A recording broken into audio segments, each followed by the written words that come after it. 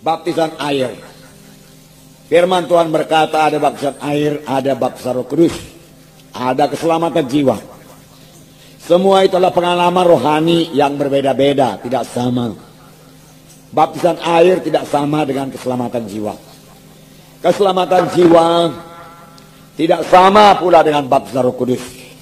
Tetapi semua itu boleh kita alami, boleh kita miliki. Itulah milik saudara, dan Tuhan menghendaki supaya saudara mengalaminya. Nah, saudara, saya membacakan dalam Kisah Rasul pasal 8. Kisah Rasul pasal 8. Jadi kita melihat, saudara, mengenai bedanya keselamatan dengan baptisan Roh Kudus. Kisah Rasul pasal 8 kita melihat mulai ayat 4. Mereka yang tersebar itu menjelajah seluruh negeri itu sambil memberitakan Injil. Dan Filipus pergi ke suatu kota di Samaria dan memberitakan Mesias kepada orang-orang di situ.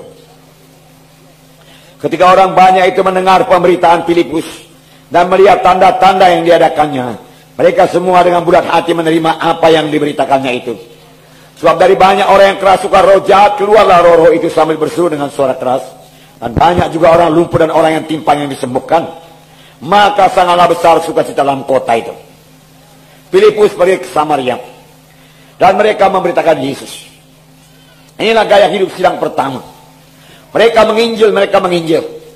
Kemana saja mereka pergi, mereka menyaksikan Yesus. Walau mereka lagi dikejar-kejar, mereka menyaksikan Tuhan Yesus.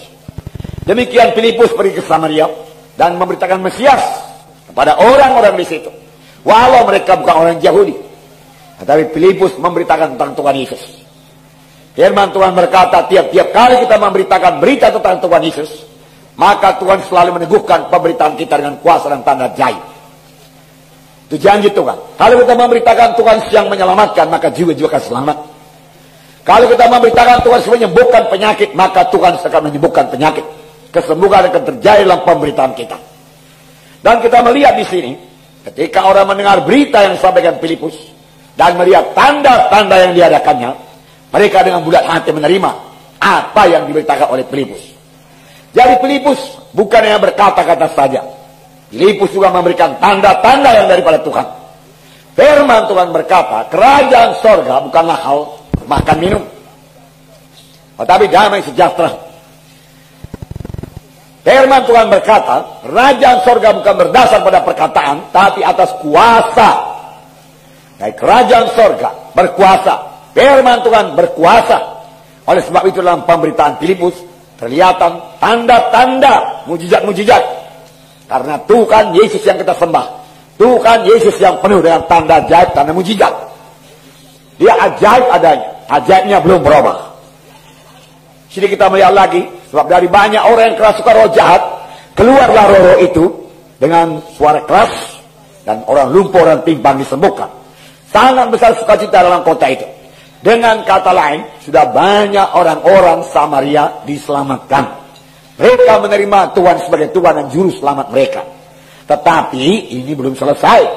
Itu adalah satu permulaan yang baik. Memang keselamatan adalah hal yang paling baik. Kemudian dalam ayat 14. Mari saya bacakan lagi kepada saudara. Ayat 14. Ketika rasul-rasul di Yerusalem mendengar bahwa tanah Samaria telah menerima firman Allah, mereka mengutus Petrus dan Yohanes ke situ. Setibanya di situ, kedua rasul itu berdoa supaya orang-orang di Samaria beroleh Roh Kudus. Untuk apakah mereka berdoa? Supaya orang Samaria beroleh Roh Kudus. Bukankah mereka sudah selamat? Mereka berkata, benar. Apakah pada waktu kita selamat kita tidak menerima Roh Kudus? Kita selamat, kita lahir baru oleh Roh Kudus. Jadi kita beroleh Roh Kudus. Tapi Roh Kudus yang kita peroleh itu, saudaraku, belum dalam segala kepenuhannya. Demikian sidang Samaria perlu kuasa. Oleh sebab itu sidang Yerusalem mengutus Petrus dan Yohanes ke situ. Setibanya di situ, kedua rasul itu berdoa supaya orang Samaria beroleh Roh Kudus. Sebab Roh Kudus belum turun di atas orang pun di antara mereka, karena mereka hanya dibaptis dalam nama Tuhan Yesus. Jadi mereka sudah dibaptis dalam nama Yesus. Mereka sudah dibaptis di dalam nama Yesus. Tetapi mereka belum dibaptis dengan Roh Kudus. Mereka sudah selamat. Mereka sudah sembuh. Mengalami mujizat Tuhan. Kemudian mereka dibaptis dalam baptisan air. Tetapi mereka belum dibaptis dalam baptisan Roh Kudus. Ayat 17 berkata, apakah diperlu oleh Rasul itu? Kemudian keduanya menompangkan tangan di atas mereka, lalu mereka menerima Roh Kudus. Kedua mereka menompangkan tangan ke atas orang-orang Samaria, lalu mereka menerima Roh Kudus. Inilah baptisan Roh Kudus. Dan baptisan Roh Kudus ada tandanya. Kita melihat di sini dalam ayat 18. Ketika Simon melihat bahwa pemberian Roh Kudus terjadi karena rasul-rasul itu menompangkan tangannya, ia menawarkan uang kepada mereka serta berkata, berikanlah juga kepada aku kuasa itu, supaya jika aku menompangkan tanganku di atas seseorang, ia boleh menerima Roh Kudus.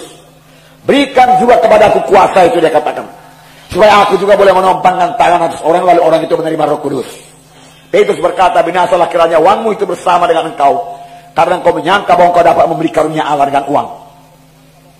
Karunia Tuhan tidak dibeli. Karunia Tuhan tidak bisa dibeli dengan uang. Tidak bisa. Dibeli dengan harta. Tidak bisa. Karunia. Karena namanya karunia. Diterima saja. Terima. Nah. Jadi Simon ini melihat. Waktu Petrus dan Yohanes meletakkan tangan. Sesuatu terjadi kepada orang tersebut. Orang Samaria beroleh Roh Kudus. Dia kepingin beroleh kuasa seperti itu. Dan dia mau memberikan uang banyak. Supaya dia beroleh kuasa. Supaya kepada siapa yang dia tumpangkan tangan, orang itu juga beroleh Roh Kudus. Tetapi jalan Tuhan bukan demikian. Dari cerita ini kita melihat bahwasanya orang Samaria mula-mula selamat.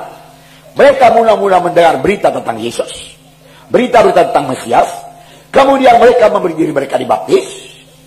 Kemudian Petrus dan Yohanes datang dan menompangkan tangan ke atas mereka. Dan mereka beroleh Roh Kudus. Amin, saudara.